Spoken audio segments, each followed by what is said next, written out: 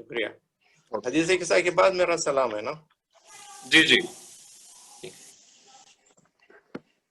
بسم اللہ الرحمن الرحیم. ان اللہ وملائکتہ یصلون علی النبی یا ایھا الذین آمنوا صلوا علیہ وسلموا تسلیما. لبیک اللہم لبیک اللہم صل علی محمد وآل محمد وعجل فرج. بسم اللہ الرحمن الرحیم. عن جابر بن عبد الله الأنصاري أنه قال عن فاطمة الزهراء عليه السلام بنت رسول الله صلى الله عليه وآله اللهم صل على محمد وآل محمد. قال سمعت فاطمة أنها قالت دخل علي أبي رسول الله في بعض الأيام فقال السلام عليك يا فاطمة فقلت عليك السلام. قال إني أجد في بدني ضعفا فقلت له إذك بالله يا أبتاه من الزهد. فقال يا فاطمة ائتيني بالكساء اليماني فغطيني به فغطيته به وصرت أنظره إليه وإذا وجهه يطلع لو كأنه البدر في ليلة تمامه وكماله. اللهم صل على وما كانت ساعة وإذا بولدي الحسن قد أقبل وقال السلام عليك يا أماه. فقلت عليك السلام يا قرة عيني وثمرة فؤادي. فقال يا أماه إني أشم عندك رائحة طيبة كأنها رائحة جدي رسول الله. فقلت نعم إن جدك تحت الكساء. فأقبل الحسن نحو الكساء وقال السلام عليك يا جداه يا رسول الله أتأذن لي أن أدخل معك تحت الكساء. وقال وعليك السلام يا ولدي ويا صاحب حوزي قد أذنت لك. فدخل معه تحت الكساء. اللهم صل على محمد وآله. فما كانت إلا ساعة وإذا بولدي الحسين قد أقبل وقال السلام عليك يا أماه. فقلت وعليك السلام يا ولدي ويا قرة عيني وثمرة فؤادي. وقال لي يا أماه إني أشم عندك رائحة طيبة كأنها رائحة جدي رسول الله صلى الله عليه وآله. فقلت نعم إن جدك واقعك تحت الكساء.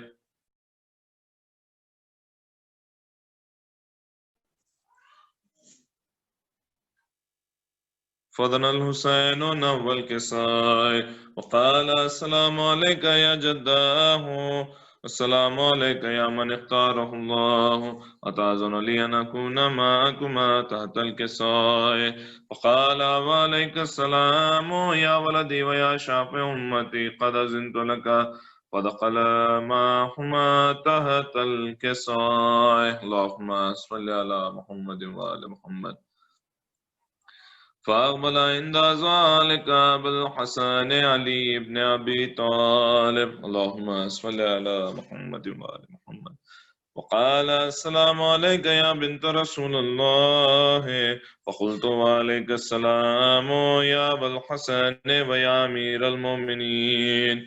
فقال يا فاطمة إني أشم عندك راية طيبة كأنها راية عقيب بن عمي رسول الله.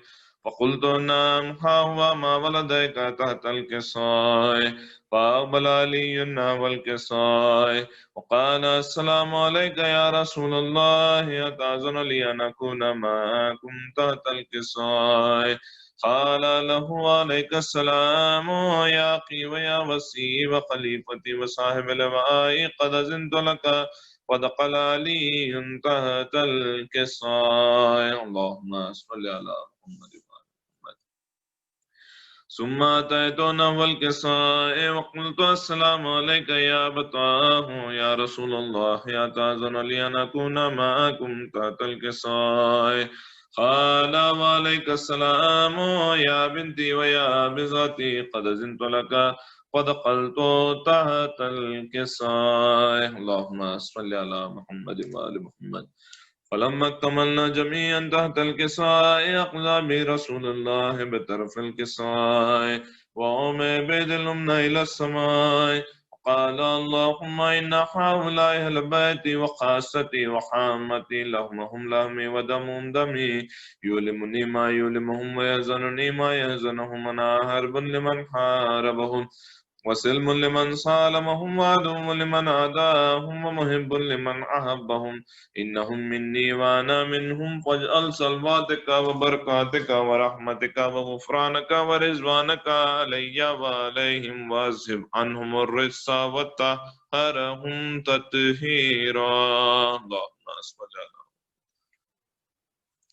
فقال الله عز وجل يا ملائكتي ويا سكان سماواتي إني ما خلقت سماء مبنيا ولا أرضا مدهيا ولا قمرا منيرا ولا شمسا مضيا ولا فلكا يدور ولا بحرا يجري ولا فلكا يسري إلا لأجلكم ومحبتكم وقد إلا في محبة هؤلاء الخمسة الذين هم تحت الكساء. اللهم صل على محمد وآل محمد.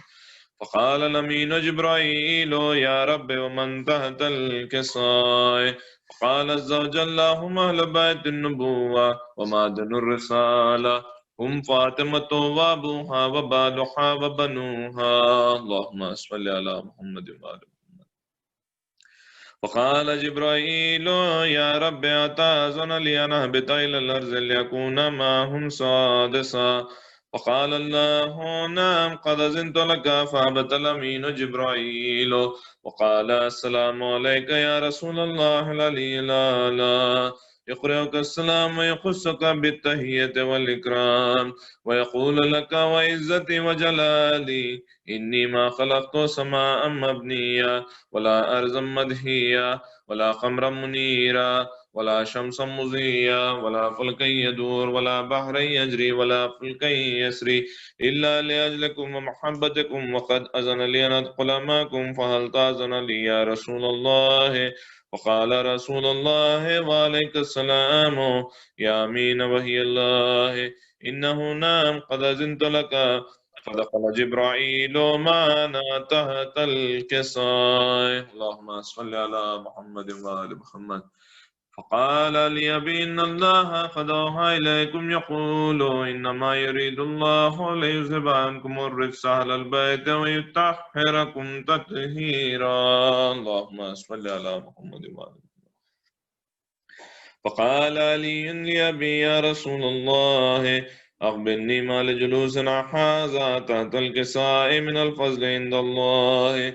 فقال النبي والذي بعثني بالحق نبي واصطفاني بالرسالة نجيا ما ذكر قبرنا هذا في محفل من محافل أهل الأرض وفيه جم من شيعتنا ومحبينا إلا ونزلت عليهم الرحمة وحفت بهم الملائكة واستغفرت لهم إلى أن يتفرقوا.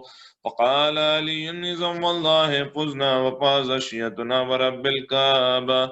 فقال النبي ثانيا يا علي والذي بعثني بالحق نبيا واصطفاني بالرسالة نجيا ما ذكر قبرنا هذا في محفل من محافل أهل الأرض وفيه جم من شيعتنا ومحبينا وفيهم مهموم إلا وفرج الله همه إلهي آمين ولا مغموم إلا وكشف الله غمه إلهي آمين ولا طالب حاجة إلا وقضى الله حاجتها إلهي آمين. فقال علي نظام الله فزنا وسعدنا وكذلك عشيتنا فازوا وسعدوا في الدنيا والآخرة ورب الكعبة. اللهم صل على محمد وآل محمد. اللهم صل على محمد وآل محمد. اللهم صل على محمد وآل محمد. بسم الله. صلوات. اللهم صل على محمد وآل محمد.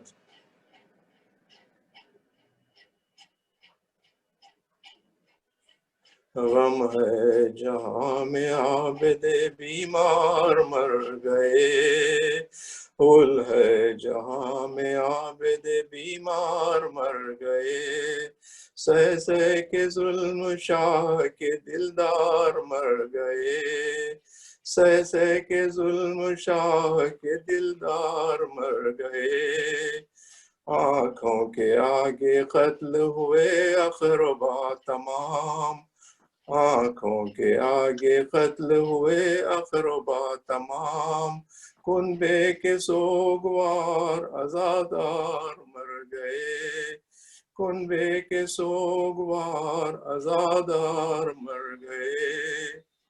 حضرت کو ہائے زہر ولید لعین نے، حضرت کو ہائے زہر ولید لعین نے ایسا دیا کہ سید ابرار مر گئے، ایسا دیا کہ سید ابرار مر گئے۔ اف تک نہ کی اسیر ہوئے کانٹوں پر چلے، اف تک نہ کی اسیر ہوئے کانٹوں پر چلے، سید غریب بے کس و بے یار مر گئے، سید غریب بے کس و بے یار مر گئے۔ زخمی گلا تھا پشت بھی تلوے بھی تھے فگار، زخمی گلا تھا پشت بھی تلوے بھی تھے فگار، سہ سہ کے کیا جفا شہ ابرار مر گئے، سہ سہ کے کیا جفا شہ ابرار مر گئے۔ ویراں مدینہ ہو گیا گھر ہو گیا تباہ، ویراں مدینہ ہو گیا گھر ہو گیا تباہ، ہے امام بے کس و ناچار مر گئے، ہے امام بے کس و ناچار مر گئے۔ قل ہے جہاں میں عابد بیمار مر گئے، سہ سہ کے ظلم شاہ کے دلدار مر گئے، سہ سہ کے ظلم شاہ کے دلدار مر گئے۔ نعرہ صلوات۔ اللہم صلی علی محمد وآل محمد۔ یہ میں مرثیہ پڑھ رہا ہوں، یہ ہمارے عباس مرزا بھائی کے خالہ کا لکھا ہوا ہے، یہ ذاکرہ کاظم النساء مدحت، تو ماشاءاللہ ان کے لیے، ان کی صحت کے لیے ایک نعرہ صلوات۔ اللہم صلی اللہ علیہ وسلم۔ اے نور کردگار ہو لاکھوں تمہیں سلام، اسلام کی بہار ہو لاکھوں تمہیں سلام، اے دین کے تاجدار ہو لاکھوں تمہیں سلام، سجاد زیب خار ہو لاکھوں تمہیں سلام، یا شاہ مشرق ہمارا سلام لو، اے دلبر حسین ہمارا سلام لو، خدمات میں تیری خضر بھی کرتے رہے سلام، اور سارے انبیاء تجھے کہتے رہے سلام، سر خلق کیے ملک تمہیں کرتے رہے سلام، اور آسمان زمین سناتے رہے سلام، حجت خدائے پاک کی ہو تو جہان میں رتبے بلند پائے زمین آسمان میں، قرآن پاک میں بھی فضیلت ہے آپ کی، تطہیر میں بھی شان طہارت ہے آپ کی، کہتی ہے اولو الامر حکومت ہے آپ کی، یوں آسمان زمین پہ قدرت ہے آپ کی، نائب نبی کے حجت پروردگار ہو، اور حاکم شریعت پروردگار ہو، آقا زمین ہے سمٹے تیرے قدموں کے تلے، اور ہاتھ تم نے دھوئے تو لالو گوہر بنے، سر سب ملائکہ کے جھکے تیرے سامنے، قدموں پہ خم ہو ملک الموتاب، قدموں پہ خم ہو ملک الموتاب کے ایک لاش کی حیات کو تابندہ کر دیا، بے جان ظاہراتی سے زندہ کر دیا۔ کربلا میں ہائے کیسے مناظر گزر گئے، بھائی شہید ہو گئے، بابا بھی مر گئے، میدان میں شہید تھے سب خون میں بھر گئے، بے جان ہوئے وہ سر بھی بدن سے اتر گئے، جلتے تھے خیمہ آہا مصیبت کا وقت تھا، بے پردہ تھے حرم یہ اذیت کا وقت تھا، گردنوں میں آتو خور تھی، ہاتھوں میں ہتکڑی، کمزور ہائے پاؤں میں بیڑی بھی آ گئی، زنجیروں میں تھا جکڑا ہوا دل پر نبی، اور تازیانے ہائے لگاتے رہے شقی، کانٹوں پہ چل رہے تھے، اذیت گزرتی تھی، زخمی تھے پاؤں، راہ بھی سب خون میں بھرتی تھی، کربلا سے کوفہ کوفے سے دربار شام ہائے، آہے میں جکڑے عابد ناشاد کام ہائے، منہ کو چھپائے بالوں سے عطر تمام ہائے، سر کو جھکائے عابد عالی مقام ہائے، سر پر حسین امام کے وہ ظلم ہوتے تھے، تھا دل میں درد سید سجاد روتے تھے، زندہ میں ہائے بالی سکینہ نے کی خزا، لاشا بہن کا رو کے گلے سے لگا لیا، چھوٹی بہن کو خبر میں رو کر سلا دیا، تربت میں غم نصیب کو ہے چھپا دیا، کربل میں دفن ہائے 72 کے سر کیے، ٹکڑے تا قلب تھام کے دل اپنا رو رہیے، 35 سال درد سے آنسو بہاتے تھے، پانی کو جھپی دیکھتے آنسو بہاتے تھے، پیاسے جو یاد آ گئے آنسو بہاتے تھے، 2 لقمہ کھاتے کھاتے آنسو بہاتے تھے، تھی آہ آہ سرورے بے سر کی یاد میں، غم سے تڑپ کے روتے تھے اصغر کی یاد میں، جلاد نے بڑھا دیا غم یا علی مدد، سجاد کو کھلا دیا سم یا علی مدد، ٹکڑے تھا قلب شاہ امم یا علی مدد، سینے میں شے کے گھٹنے گھٹتا تھا دم یا علی مدد، عابد تڑپ رہے تھے، زمین تھر تھر آتی تھی، ارض و سما سے رونے کی آواز آتی تھی، اٹھے جہاں سے شاہ خدا و مصیبتا، گھر میں بپا ہے شور و بکا و مصیبتا، باخر نے غسل شے کو دیا و مصیبتا، تن پر تھے سب نشان جفا و مصیبتا، گردن پہ ہائے تو کے نیلے نشان تھے، تروں کے ہائے پشت پہ نیلے نشان تھے، لاشا اٹھا یتیموں کا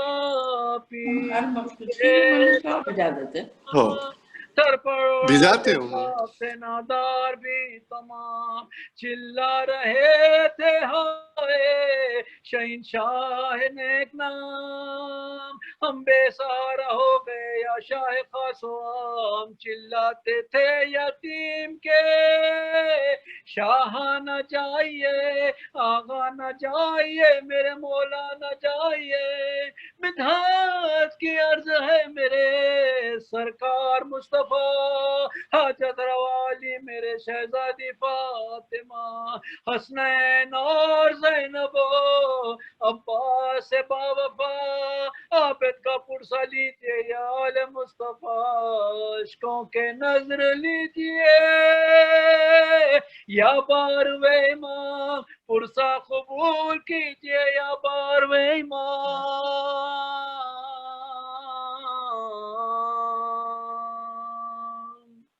بارلاس ہمارے اخیر سی بات کو قبول کر، ہمارے گناہ کبیرہ و صغیرہ کو بخش دے، ہمیں جو بھی مہارت کامل عطا ہو، بالخصوص سبیہ جعفری کو اور سید حیدر علی کو صحت کاملہ عطا ہو، ہمیں جو پریشان حال ہیں ان کے پریشانیوں کو دور کر دے، ہم کو اور ہماری اولاد کو صحیح اسلام پر چلنے کی توفیق دے، اس عاشق خانے کو ہمیشہ کے لیے قائم رکھ۔ آپ نے سے گزارش ہے کہ ایک سورہ فاتحہ میرے والد سید نور الحسن جعفری اور جملہ ارواح مومنین کی روح کو۔ بسم اللہ الرحمن الرحیم، الحمدللہ ایاک نعبد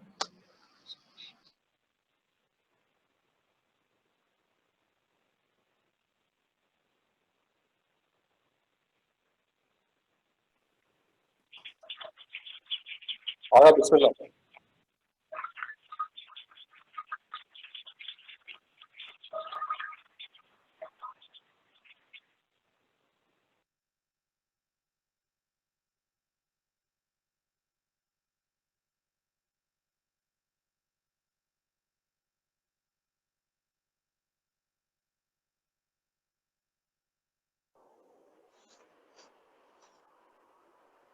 آقا بسم اللہ۔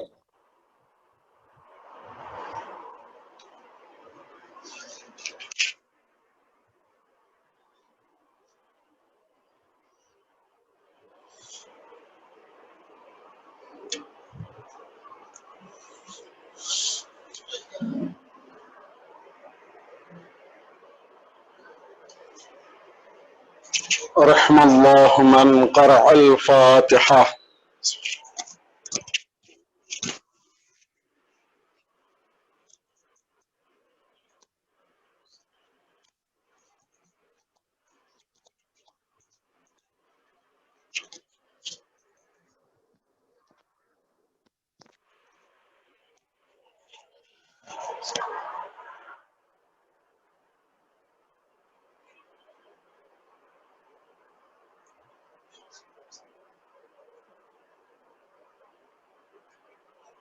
اعوذ باللہ من الشیطان الرجیم، بسم اللہ الرحمن الرحیم، الحمد للہ رب العالمین، الصلاة والسلام والتحیۃ والاکرام علی النبی الأمی المکی المدنی الحرشی الہاشمی، ابتہ اتهام سراج المضيء الكوكب الدري، صاحب الوقار والسكينة المدفون بأرض المدينة، العبد المؤيد ورسول المسدد، المصطفى الأمجد المحمود الأحمد، حبيب إله العالمين ورحمة للعالمين، ابو القاسم محمد، اللهم صل على محمد وآل محمد، اہل بیتہ الطیبین الطاہرین المعصومین المظلومین، ولعنۃ اللہ علی اعدائہم اجمعین من الآن الى قیام یوم الدین، اما بعد فقد قال مولانا امام علی بن الحسین علیہ الصلاة والسلام، الہی بک حامت القلوب الوالحہ وعلى معرفتك جمعت العقول المتبائنہ، فلا تطمئن القلوب إلا بذكراك، ولا تسكن النفوس إلا برؤياك۔ صلوات پڑھ دے محمد و آل محمد کی بارگاہ میں، اللہم صلی علی محمد وآل محمد۔ عزیزان محترم، جس کلام کو میں نے اپنا سرنامہ سخن قرار دیا ہے، وہ کلام ہمارے اور آپ کے چوتھے امام زین العابدین علیہ السلام کی جو مناجات موجود ہیں، تمام دعاؤں کی کتابیں میں بھی، اور بالخصوص مفاتیح الجنان میں امام نے اس چیز کی طرف اشارہ فرمایا ہے۔ کل مفاتیح الجنان میں 15 مناجاتیں ہیں، مناجات الذاکرین کے نام سے، مناجات الراغبین، مناجات التائبین توبہ کرنے والوں کی مناجاتیں، مناجات الذاکرین ذکر کرنے والوں کی مناجاتیں، مناجات المعتصمین، بہت ساری 15 مناجاتیں ہیں، مناجات المتوسلین توسل کرنے والوں کے لیے۔ اسی طریقے سے ایک مناجات ہے مفاتیح کے اعتبار سے 13ویں جو مناجات ہے، اس مناجات کے ایک فقرے کو میں نے آپ حضرات کی سماعت کے حوالے کیا، اور اسی کو آج کی اس مجلس کے لیے عنوان قرار دیا جا رہا ہے، اور اسی کے پیش نظر امام کے خطبے کو بھی انشاءاللہ خطبے کے چند کلمات کو آپ حضرات کی خدمت میں پیش کیا جائے گا۔ یہ جو مناجات ہیں یقیناً یہ پڑھنے کے قابل ہیں کہ دیکھا جائے کہ امام نے کس طریقے سے پروردگار عالم سے اپنی حاجتوں کو طلب کیا ہے۔ میں بارہا اپنی مجالس میں اپنے نوجوان بھائیوں کے لیے عرض کر چکا ہوں کہ دعاؤں کا کبھی مطالعہ بھی کرنا چاہیے۔ ایک ہوتا ہے دعا کا پڑھنا اور ایک ہوتا ہے دعا کا مطالعہ کرنا۔ دعا کا پڑھنا یعنی اس وقت جب آپ پروردگار کی بارگاہ میں اپنے آپ کو خضوع و خشوع کے ساتھ اس کی خدمت میں حاضر و ناظر جان کر اسے اپنے آپ کو اس کی خدمت میں پیش کرتے ہیں، اور امام کی تعلیم یافتہ دعاؤں کو دہراتے ہیں، پڑھتے ہیں۔ اور ایک ہوتا ہے دعاؤں کا مطالعہ کرنا۔ مطالعہ کرنا یعنی یہ دیکھنا کہ امام نے کہا کیا ہے۔ میں کئی مرتبہ کہہ چکا ہوں، اگر یہ نہ ہوتے اہل بیت علیہ السلام تو ہمیں مانگنے کا سلیقہ بھی نہیں آتا کہ کسی عظیم ہستی سے اگر کوئی شے کو مانگا جائے تو کس طریقے ماں سے مانگا جائے، اس کا سلیقہ بھی ہمیں نہیں آتا کہ جب پروردگار سے مانگا کیسے جائے۔ یہ تو اہل بیت علیہ السلام نے ہمیں تعلیم دی ہے کہ دیکھو جب پروردگار کے بارگاہ میں حاضر ہو، اس کے حضور اپنی حاجتوں کو پیش کرنا ہو تو کس طریقے سے اپنی حاجتوں کو ان کے سامنے بیان کیا جائے۔ اور خود چوتھے امام کا جملہ بھی موجود ہے، دعائے امام کے جو مجموعہ ہے دعاؤں کا صحیفہ جادیہ، اس میں خود امام نے ارشاد فرمایا کہ پروردگار میں دعا کے ذریعے سے بھی تیری مرضی میں مداخلت نہیں کرنا چاہتا۔ میں نے بارہا اس چیز کو بیان کیا ہے کہ پروردگار میں تیری مرضی میں اپنی جانب سے کوئی مداخلت نہیں کرنا چاہتا۔ یعنی کیا مطلب؟ میں تجھ سے مانگنا نہیں چاہتا۔ تو کیا ہوا؟ اگر میں بے اولاد رہوں تو رہوں، اگر تیری مرضی اسی میں ہے تو میں بے اولاد ہی ٹھیک ہوں، تو کیا ہوا میں غریب و مسکین و نادار ہوں، تو اگر تیری خوشنودی اسی میں ہے تو میں اسی پر راضی ہوں۔ تو کیا ہوا کہ میں بیمار ہوں، اگر تو مجھے بیمار دیکھنا چاہتا ہے تو میں بیمار ہی صحیح۔ تو کیا ہوا کہ میرے پاس گھر نہیں ہے، تو کیا ہوا کہ میرے پاس اچھی جاب نہیں ہے، اگر میرے پاس اچھی جاب نہیں ہے تو میں اسی میں راضی ہوں، مگر میں تجھ سے نہیں مانگوں گا۔ یہ امام کی کلمات کے جملے ہیں جس کے ترجمے کو میں نے اپنے الفاظ میں آپ حضرات کے سامنے بیان کیے۔ تو کیا ہوا، امام نے یہ کہا کہ میں نہیں مانگتا، نہیں تجھ سے دعا مانگتا، اسی لیے مانگ رہا ہوں کہ تو نے حکم دیا ہے فدعونی استجب لکم، یعنی میں دعا کے ذریعے سے بھی تیری مرضی میں مداخلت نہیں کرنا چاہتا، پھر بھی تجھ سے مانگ رہا ہوں، وہ بھی اس لیے کہ تو نے کہا ہے کہ فدعونی استجب لکم، مجھ سے مانگو میں تمہاری دعاؤں کو قبول کروں گا۔ اللہ، یہ معرفت تھی امام کو پروردگار عالم کی۔ تو لہٰذا امام نے اسی چیز کو میں نے کل کی مجلس میں عرض کیا، امام نے دعاؤں کو ہی ذریعہ بنایا کربلا کے پیغام کو عام کرنے کا۔ معرفت پروردگار یعنی پروردگار کو پہچاننا، پروردگار کی معرفت دینا، یہ امام کا مقصد ہے۔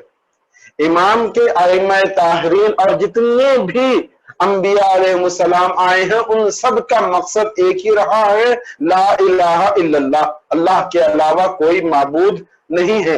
اسی مقصد کی خاطر جناب آدم آئے، اسی مقصد کی خاطر جناب ابراہیم نے آگ میں جانا گوارا کیا، اسی مقصد کی خاطر جناب اسماعیل نے زیر خنجر آنا گوارا کیا، اسی مقصد کی خاطر جناب نوح نے طوفان کو برداشت کیا، اسی مقصد کی خاطر سارے انبیاء نے مصیبتوں کو برداشت کیا، یہاں تک کہ آخری نبی کا دور آیا، اس نبی نے بھی اسی مقصد کی خاطر لوگوں کی مصیبتوں کو برداشت کیا۔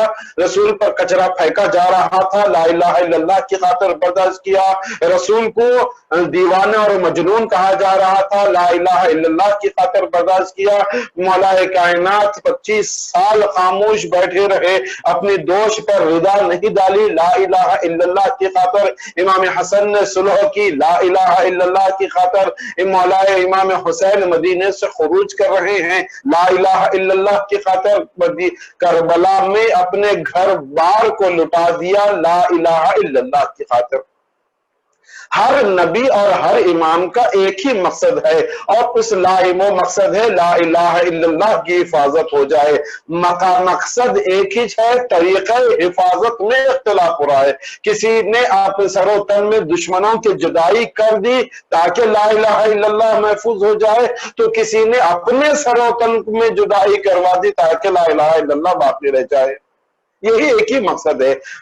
جناب آدم سے لے کر جناب خاتم تک، اور جناب خاتم سے لے کر آخری امام تک، حضرت حجت تک، یہی ایک ہی مقصد کو لے کر آگے مشن کو آگے بڑھایا جا رہا ہے کہ لا الہ الا اللہ باقی رہ جائے، لا الہ الا اللہ پر کوئی آنچ نہ آنے پائے۔ طریقے مختلف ہوتے رہے، انداز بدلتے رہے، لیکن مقصد ایک ہی رہا، مقصد کبھی نہیں بدلا۔ جناب آدم نے بھی وہی کلمہ استعمال کی، وہی کلمہ تھا، جناب ابراہیم کا بھی وہی کلمہ ہے، جناب نوح اور اسماعیل جتنے انبیاء آئے ہیں سب کا ایک ہی کلمہ ہے، اللہ ایک ہے، اس کے علاوہ اور کوئی معبود نہیں ہے۔ پیغمبر نے جتنی مشقتیں برداشت کی یہی اسی مقصد کی خاطر، ملائکہ کائنات نے جتنی مصیبتیں برداشت کی ایک ہی مقصد کی خاطر کہ لا الہ الا اللہ پر کوئی آنچ نہ آئے۔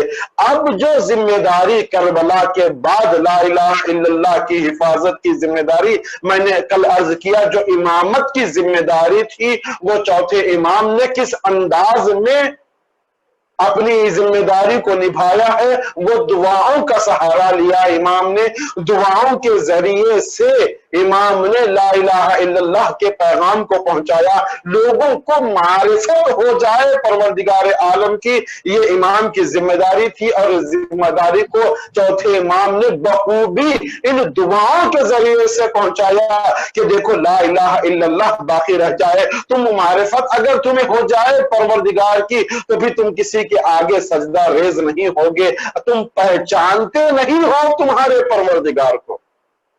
اگر کوئی اپنے پروردگار کو پہچان لے تو پھر ممکن نہیں ہے کہ وہ اللہ کے علاوہ کسی اور کی عبادت کرے، اللہ کے علاوہ کسی اور کی طرف دیکھے، یہ ممکن نہیں ہے۔ بِاللَّهِ بِكَهَامَةِ الْقُلُوبِ وَالِهَا، پروردگار تیرے ہی طرف سارے دل جھک رہے ہیں، پروردگار کی طرف مخاطب ہو کر امام نے ارشاد فرمایا وَعَلَى مَعْرِفَتِكَ جُمِعَتِ الْعُقُولِ الْمُتَبَايِنَةِ، اور تیری ہی معرفت پر تمام عقلائے عالم نے اتفاق کر لیا ہے، یعنی متفق ہو گئے ہیں، سب لوگ ایک ہی پلیٹ فارم پر آئے ہیں کہ جو ہے جس نے ہمیں پیدا کیا ہے ہمیں اس کی معرفت ہونی چاہیے، ہمیں اسے پہچاننا چاہیے کہ جس نے ہمیں پیدا کیا ہے۔ امام نے اس مناجات کو جس کی طرف اشارہ کیا ہے، امام نے اس مناجات کو مناجات الذاکرین کہا جاتا ہے۔ آپ اٹھا کر دیکھیں ہر گھر میں مفاتیح الجنان موجود ہے، مناجات الذاکرین مناجات نمبر 13، جس میں امام علیہ السلام نے ارشاد فرمایا کہ سارے عقلائے عالم نے اس بات پر اتفاق ہو گیا ہے کہ جس نے ہمیں پیدا کیا ہے اس کی معرفت ہونی چاہیے، بغیر معرفت ذاکرین۔ آپ دیکھیں مناجات کا نام ہے مناجات الذاکرین۔ امام نے ارشاد فرمایا ساری کائنات کے عقلائے عالم نے اس بات پر متفق ہیں کہ ہمیں جس نے پیدا کیا ہے اس کی معرفت ہمیں ہونا چاہیے۔ فلا تطمئن القلوب الا بذکرات، اور کیوں؟ اس لیے کہ دل مطمئن نہیں ہو سکتے جب تک کہ تیرا ذکر نہ ہو جائے۔ یہاں پر تک مجھے لانا تھا، امام نے فرمایا ذکر کرنے والوں کے لیے سب سے اہم ذکر یہ ہے کہ اس کی زبان پر ذکر پروردگار آ جائے۔ مناجات الذاکرین وَلَا تَطْمَئِنُّ الْقُلُوبُ إِلَّا بِذِكْرَاتٍ، ہمارے دل مطمئن نہیں ہوتے جب تک کہ یہ دل میں ذکر پروردگار نہ آ جائے۔ آپ دیکھیں کتنے ایسے ہیں، میں نے اس موضوع پر کئی مرتبہ گفتگو کی ہے، کتنے ایسے ہیں کہ جو کائنات میں اپنے آپ کو مطمئن کرنا چاہتے ہیں، اپنے آپ کو اطمینان پہنچانا چاہتے ہیں، یعنی سیٹسفیکشن چاہتے ہیں، مطمئن ہونا چاہتے ہیں، لیکن جن دنیا کی جتنی ترقیاں ہو رہی ہیں ان دنیا کی ساری ترقیوں کا محور ایک طرف ہے، لیکن دنیا کے لوگوں کا محور ایک طرف ہے۔ لوگ اس لیے ترقی کر رہے ہیں، آج دیکھیں ان ممالک سے زیادہ وہ ممالک ترقی یافتہ ہیں جو اپنے آپ کو فرسٹ ورلڈ کہنے والے ہیں۔ انہوں نے انسان کو مطمئن کرنے کے لیے، انسان کو اطمینان پہنچانے کے لیے پورے قلابوں کو ملا دیا، حرام و حلال کے فرق کو ختم کر دیا۔ صرف ایک مقصد تھا ان کا کہ وہ دنیا میں انسان کو اطمینان عطا کر دے۔ یہ ساری منزلیں اس لیے طے کی جا رہی ہیں کہ انسان کو مطمئن کر دیا جا سکے، انسان مطمئن ہو جائے۔ آج جو چیزیں موجود ہیں اگر آپ کچھ سال پہلے چلے جائیں تو وہاں پر یہ چیزیں نہیں پائی جا رہی تھی۔ آج جس ٹیکنالوجی کا ہم مجالس اعضاء کے لیے استعمال کر رہے ہیں، اگر خدا نخواستہ جس طریقے سے کہا جا رہا ہے ہر 100 سال میں اس طریقے کی بیماری آیا کرتی ہے اور لوگوں کا صفایا کرتی ہے، اگر آج سے 100 سال پہلے ہم چلے جائیں اگر یہ بیماری اسی ماہ محرم میں آئی ہوتی تو ان لوگوں کے پاس یہ سہولتیں نہیں تھی جو آج ہمارے پاس موجود ہے کہ ہم گھر بیٹھ کر بھی عزاداری سید الشہداء کر رہے ہیں۔ یہ ٹیکنالوجی کیوں ہو رہی ہے؟ تاکہ انسان کو مطمئن ہو سکے، انسان اطمینان ہو سکے۔ ہم تو اس سے اطمینان حاصل کر رہے ہیں، لیکن جن لوگوں نے اس کے اطمینان کا ذریعہ بنایا تھا آج وہ بھی غیر مطمئن نظر آ رہے ہیں۔ کیوں؟ اس لیے کیا ان کی یہ ترقیاں ان کے لیے اطمینان نہیں دے رہی ہے؟ کیا یہ ان کا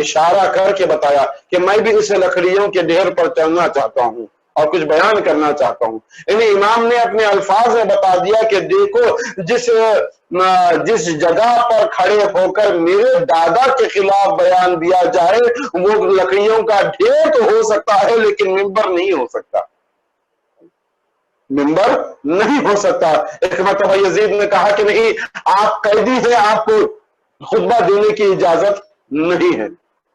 امام کو ایک مرتبہ غلام کو حکم دیا، غلام قریب آیا اور امام کی زنجیروں کو پکڑ کر امام کو اسی جگہ پر بٹھا دیا. کہا کہ آپ غلام ہیں، آپ قیدی ہیں، آپ کو اجازت نہیں ہے کہ آپ بڑے دربار میں خطبہ دیں. جیسے ہی جناب زینب نے اس ماحول کو دیکھا تو اپنی جگہ سے کھڑی ہو گئی. ایک مرتبہ کہا کہ یزید میں کچھ کہنا چاہتی ہوں. ایک مرتبہ یزید نے کہا آپ بھی بیٹھ جائیں، آپ کو بھی اجازت نہیں ہے کہ آپ دربار میں کھڑی ہو کر خطبہ دیں. ایک مرتبہ جناب زینب کو جلال آیا، علی کے لہجے میں آواز بلند کہا میں خطبہ دینا چاہتی ہوں. یزید کس میں اتنی ہمت ہے کہ میرے خطبے کو روک سکے؟ کون ہے کہ جو میرے خطبے کو روک سکے؟ اتنا کہنا تھا کہ دربار میں ایک طریقے کی خاموشی چھا گئی. جناب زینب نے اس کے بعد خطبہ دیا. مجھے اس خطبے کو بیان کرنا نہیں ہے کہ جو جناب زینب نے دیا ہے، وہ انشاءاللہ کسی اور موقع پر. لیکن جب خطبہ تمام ہوا تو ایک مرتبہ امام کی طرف دیکھ کر کہا قم یا مولائی و سیدی، یعنی دفاع امامت. جناب زینب یہ سمجھ رہی تھی کہ اب امام پر حرف آیا ہے، امام کو خطبہ دینے سے روکا جا رہا ہے. اب یہاں بھتیجے کے لیے کھڑی نہیں ہوئی ہے بلکہ اپنے وقت کے امام کے لیے. کل عاشور تک میرا بھائی میرا امام تھا، آج میرا بھتیجا میرا وقت کا امام ہے. اس کی اطاعت مجھ پر واجب ہے اور اس کا دفاع کرنا مجھ پر واجب ہے. اگر امامت پر کوئی حرف آ رہا ہے تو میرے پر واجب ہے کہ میں امامت پر کے لیے دفاع کے لیے کھڑی ہو جاؤں. لہذا جب امام کو بٹھایا گیا تو وقت کے امام کی توہین کو دیکھ کر جناب زینب کھڑی ہوئی اور علی کے لہجے میں خطبہ دیا. اس کے بعد کہا قم یا مولائی و سیدی یا وہ امامی، اے میرے آقا و مولا، اے میرے امام، آپ کھڑے ہو اور خطبہ دے، آپ کو کوئی نہیں روک سکتا. جیسے ہی ماحول کو جناب زینب نے بتایا، جناب زینب جو کھڑی ہوئی تو یزید نے منع کیا تھا. درباریاں جو موجود تھے، دربار میں جو موجود تھے، انہوں نے یہی کہا کہ یزید یہ لاغر بی بی ہے، اس کے بھائی قتل کر دیے گئے، قیدی ہے، کمزور ہے، یہ عورت تیرا کیا بگاڑ لے گی، اسے خطبہ دے. ایک مرتبہ یزید نے مخاطب ہو کر لوگوں سے کہا کہ دیکھو تم نہیں جانتے یہ بنی ہاشم ہے. جب بنی ہاشم نے اپنی زبان کھولی ہے ہم بنی امیہ کی توہین ہوئی ہے. اللہ دربار یزید میں کھڑے ہو کر اس کے بعد امام کھڑے ہوئے، امام نے خطبہ دیا، امام نے خطبہ دیا. وہی انداز ہے جو دادا کا انداز تھا. بسم اللہ سے آغاز کیا، پہلے حمد خدا کی، پھر رسول پر اور مولا کائنات کے فضائل پڑھے، امام حسین کے فضائل کو بیان کیا. اس کے بعد کہا انا ابن المکہ انا ابن المدینہ، میں مکہ کا بیٹا ہوں، میں مدینے کا بیٹا ہوں. انا ابن المروہ، میں مروہ کا بیٹا ہوں. اے یزید تو کون ہے اور میں کون ہوں آج جان لے. تیری ماں کون ہے اور میری دادی فاطمہ کون ہے.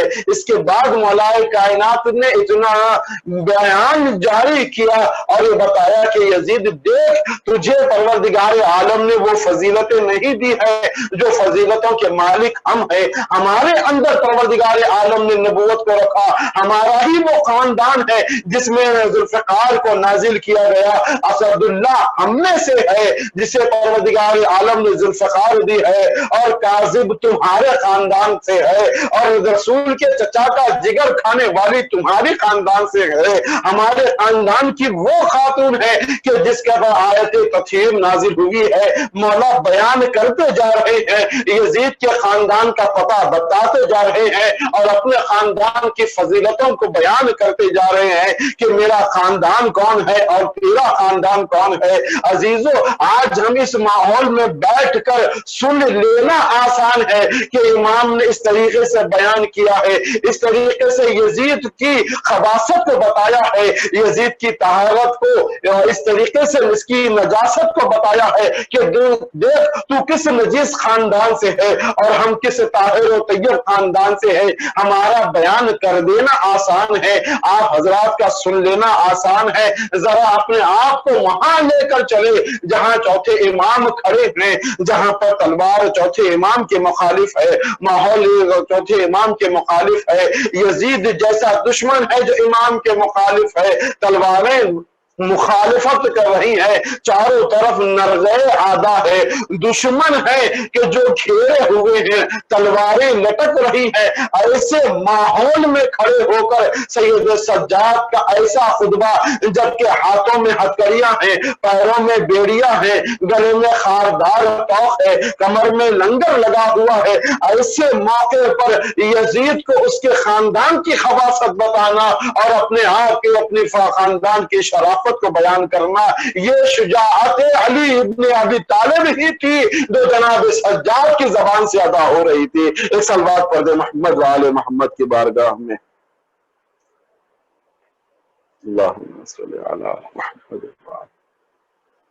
وہ انداز جناب سید سجاد کا، وہ کمالات جناب سید سجاد کے دربار یزید میں کھڑے ہو کر اس طریقے کا بیان دیا اور بتایا کہ دیکھو ذکر کرنے والوں کی اہمیت کیا ہے۔ اگر ذکر بہترین ذکر وہی ہے کہ جو باطل کے سامنے حق کی آواز کو بلند کر لے، باطل کے سامنے حق کی آواز کو بلند کر لے۔ کیسا باطل؟ یزید جیسا باطل دربار میں 700 کرسی نشین موجود ہے، شرابیوں کا دربار موجود ہے، ایسے یزید اور ایسے دشمن کے سامنے کہ جس نے 6 مہینے کے بچے پر بھی رحم نہ کیا ہو، ایسے کے سامنے حق کی آواز کو بلند کرنا، یہ شجاعت سید سجاد، ایسی شجاعت کا مالک۔ لیکن ہاتھوں میں ہتھکڑیاں ہیں، پاؤں میں بیڑیاں ہیں، گلے میں خاردار توق ہے۔ کیا مصیبت کا عالم رہا ہوگا سید سجاد کے لیے کہ جب اپنی ماں بہنوں کے ساتھ کھلے بازار میں لے آ جانا، اور وہ بیبیاں کہ جن کو کبھی سورج نے نہ دیکھا ہو، 11 محرم کا پہلا سورج ہے کہ جس نے آل محمد کی بیٹیوں بہووں کو بے مخنور چادر دیکھا۔ اسی لیے جب جناب منہال نے جو امام کے شاگرد ہیں، امام کو دیکھا کہ امام ہمیشہ اپنے بابا پر گریہ کر رہے ہیں، جب کبھی پانی آتا تو یہی کہتے ہائے میرا بابا پیاسا مارا گیا۔ امام گریہ کرتے رہتے۔ ایک مرتبہ منہال نے پوچھا مولا کب تک گریہ کیجئے گا؟ شہادت تو آپ کے گھر کی میراث ہے۔ ایک مرتبہ امام نے جناب منہال سے کہا ہے منہال تم نے انصاف نہیں کیا، جناب یعقوب کے 18 بیٹے تھے، جناب یعقوب کے 12 بیٹے تھے، ان کا ایک بیٹا یوسف ان سے جدا ہو گیا، جبکہ علم نبوت سے جانتے تھے کہ ان کا بیٹا زندہ ہے۔ اتنا گریہ کیا کہ آنکھوں کی بینائی چلی گئی۔ میرے تو 18 یوسف میری آنکھوں کے سامنے شہید کر دیے گئے۔ کہا منہال نے کہ مولا شہادت تو آپ کے گھر کی میراث ہے۔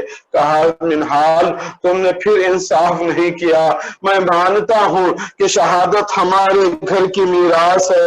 اے منہال کیا ماں بہنوں کے ساتھ